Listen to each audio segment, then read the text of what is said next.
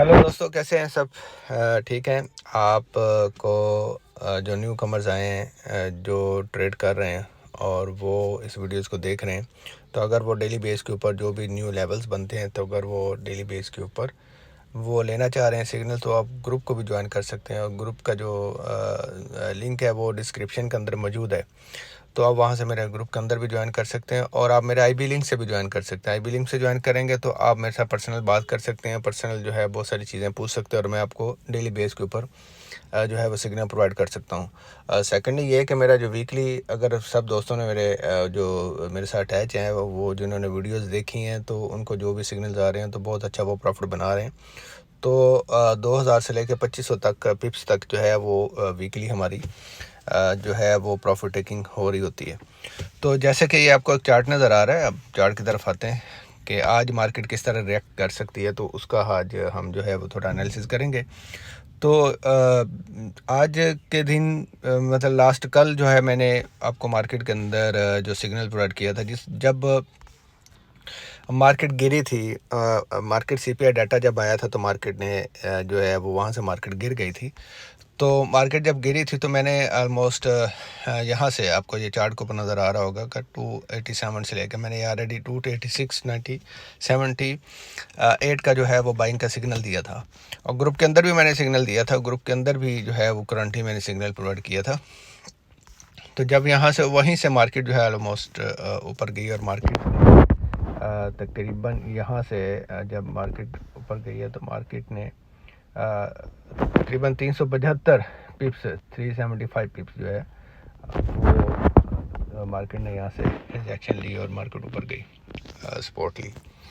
तो अब हम नेक्स्ट जो मार्केट का मूवमेंट है वो देखते हैं। जैसे कि आपको पता है कि जब भी मैं कोई स्टार्ट करता हूँ तो हमने सबसे पहले देखना होता है कि हम वीकली मार्केट क्या रिएक्ट कर रही है।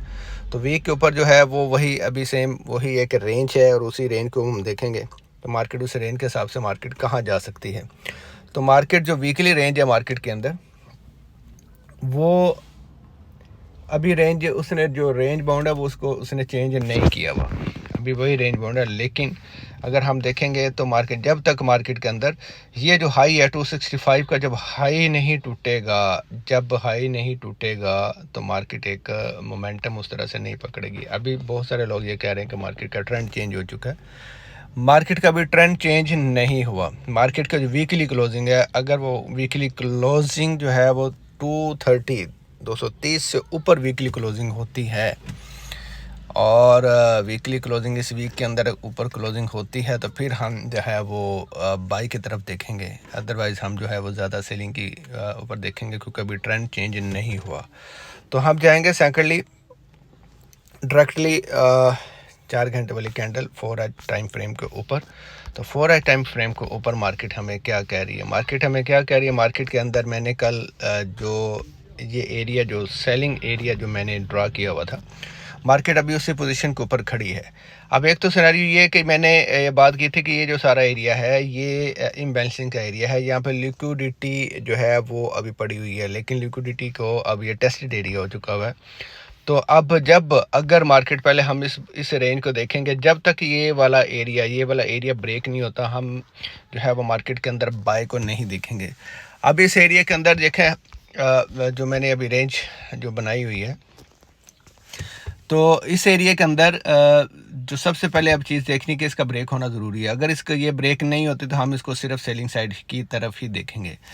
अब ये जो एरिया है ये ड्रा किया हुआ 226 से लेकर 226 से लेकर 220 तक, ये जो एरिया, ये सेलिंग एरिया है। अब इसमें अगर मज़ीद फ़िल्टर करेंगे हम, तो मज़ीद फ़िल्टर करने के लिए कि मार्केट मज़ीद कहाँ से रिजेक्शन, बेहतरीन रिजेक्शन ले सकती है, तो आपको मैं बताता चलूँ कि जो लिक्विडिटी पड़ी हुई है वो इस वक्त 230 के ऊपर पड़ी हुई। हम इसको ऑलमोस्ट ले जाते हैं 225 से 230 तक।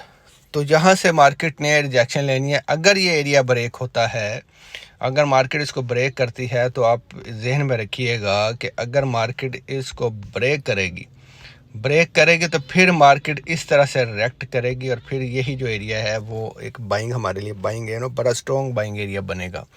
लेकिन जब तक मार्केट इसको रिजेक्शन इसको दे रही है, और मार्केट इसको जो है रिस्पेक्ट दे रही है, तो हम यहाँ से बाइंग नहीं देखेंगे, हम यहाँ से सेल की तरफ ही देखेंगे।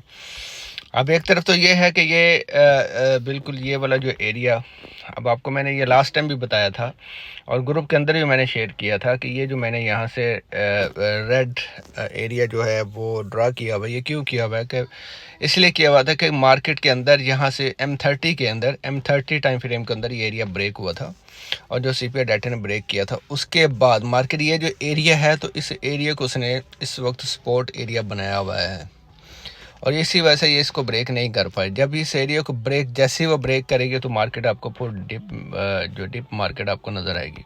एक तो एरिया ये है कि हमने इस एरिया को कंसीडर करना है आज के डे के अंदर कि 230 के एरिया जो है इसको हमने कंसीडर करना, वहाँ से हमने सेलिंग ढूंढनी है और सेलिंग ही मिलेगी वहाँ से।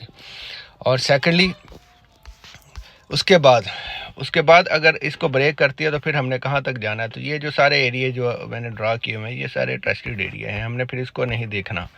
फिर इसके अंदर जो फ्रेश एरिया बनेंगे फिर हम उसको फ़िल्टर करेंगे और उसके बाद जो नेक्स्ट एरिया जाएगा वो हम 2057 के ऊपर जाएंगे और वहाँ से हम सेलिंग देखेंगे। इस दौरान अगर कोई एरिया मिलेगा तो वो मैं ग्रुप के अंदर शेयर करूँगा और वीडियोज़ के अंदर भी शेयर करूँगा। फिल वक्त के लिए ये कि अभी मार्केट ने हाई नहीं तोड़ा, अभी मार्केट ने लो नहीं तोड़ा, तो मार्केट अभी रेंज के अंदर है। लेकिन आगे FOMC की रिपोर्ट्स हैं, उस रिपोर्ट्स के अंदर मार्केट ने बड़ा मूव देना है तो आपने बड़ा हाईली अलर्ट रहना है और मार्केट ने यहाँ से सेलिंग देखनी है और मार्केट यहाँ से सेल पोजीशन पकड़ सकती है। और बाइंग के लिए ऑलरेडी मैंने 1992 का एरिया ड्रा किया हुआ, जैसा कि आपको नज़र भी आ रहा है, तो यहाँ से हमने बाइंग देखनी है। तो उस वक्त तक वेट करें मज़ीद। अब अगर आप डेली बेस के ऊपर मेरे एनालिसिस देखना चाह रहे हैं, सबसे पहले आप चैनल को सब्सक्राइब करें, उसको लाइक करें, उसको शेयर करें।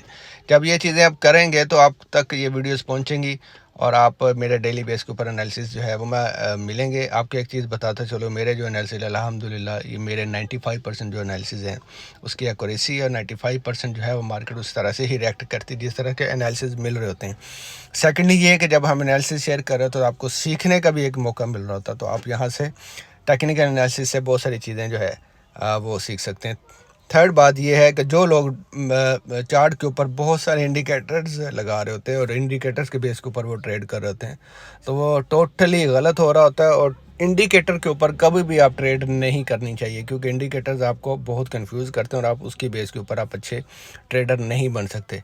आप देख रहे होंगे कि हमारे बहुत लिमिटेड से हमने बहुत एक क्लीन चार्ट रखा हुआ और उसके ऊपर हमारे पास जो स्ट्रेटजी है वो उस हिसाब से हम कर रहे होते हैं, लेकिन कभी भी मैंने इंडिकेटर का यूज़ नहीं किया।